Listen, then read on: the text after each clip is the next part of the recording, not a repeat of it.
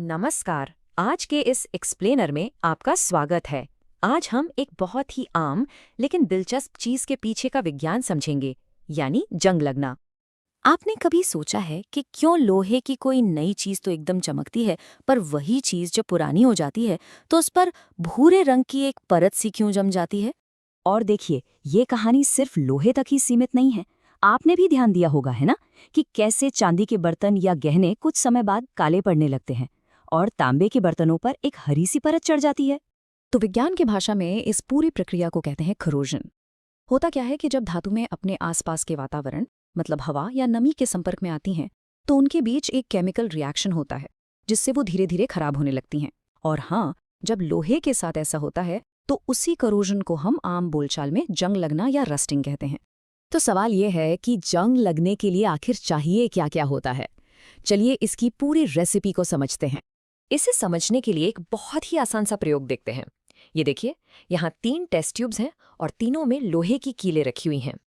अब देखिए, पहली टेस्ट ट्यूब ए में कीलों को हवा और पानी दोनों में रखा गया है। दूसरी टेस्ट ट्यूब बी में कीलों को उबले हुए पानी में डुबोया गया है। ऐसा इसलिए ताकि पानी में जो भी हवा घुली हो वो निकल जाए। और तो और ऊपर से तेल की एक परत भी डाल दी गई। और जो तीसरी टेस्ट ट्यूब है सी, उसमें कीलों को सिर्फ सूखी हवा में रखा गया, पानी बिल्कुल नहीं। तो कुछ दिनों के बाद जब देखा गया तो नतीजा एकदम साफ था। सिर्फ पहली टेस्ट ट्यूब यानी ए की कीलों पर जंग लगा था। बाकी दोनों बी और सी की कीलें वैसी की नैसी थीं, उन पर जंग का कोई नामो निशान तक नहीं था।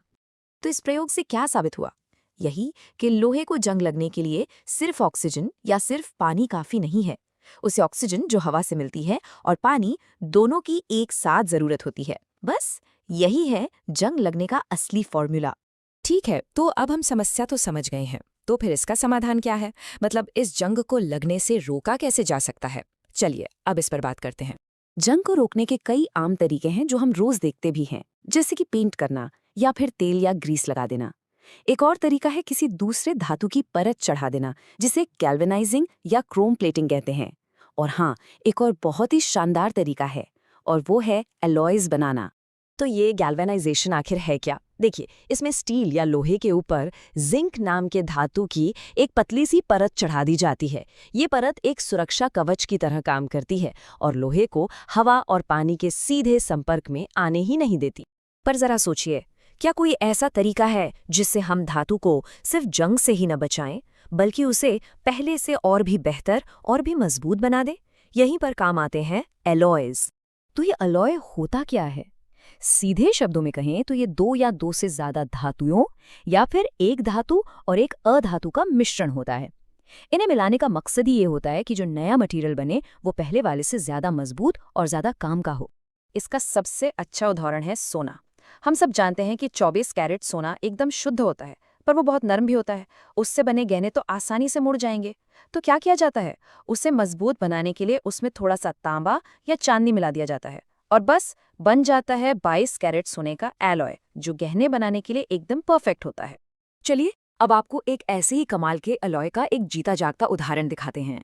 एक ऐसा अजूबा जो पिछले 1600 सालों से वैज्ञानिकों के लिए एक पहेली बना हुआ है। ये है दिल्ली का मशहूर लौह स्तंभ जो कुतुब मीनार के पास खड़ा है। देखने में ये लोहे का एक खंभा लगता है, पर ये बिल्कुल भी मामूली नहीं है। जानते हैं, ये स्तंभ 1600 साल से भी ज्यादा पुराना है। इसकी ऊंचाई 8 मीटर से भी ज्यादा है और इसका वजन है लगभग 6000 किलो। लेकिन सबसे बड़ी और हैरान करने वाली बात तो ये है कि 1600 साल से खुले आसमान के नीचे खड़े रहने के बावजूद, मतलब कितनी ही धूप, बारिश और हवा झेलने के बाद भी इस पर आज तक जरा सा भी जंग नहीं लगा है। ये हमारे प्राचीन भारतीय धातु विज्ञान यानी मेटलॉजी का एक ऐसा चमत्कार है जिसे देखकर आज भी दुनिया हैरान है। ये स्तंभ इस बात का सबूत है कि प्राचीन विज्ञान आज भी अपने अंदर न जाने कितने ही रहस्य छुपाए हुए हैं। जरा सोचिए, हमारे आसपास ऐसी और कितनी चीजें होंगी जो हमारी नजरों के सामने तो हैं, पर उनके पीछे का विज्ञान हम आज तक नहीं समझ पाए हैं।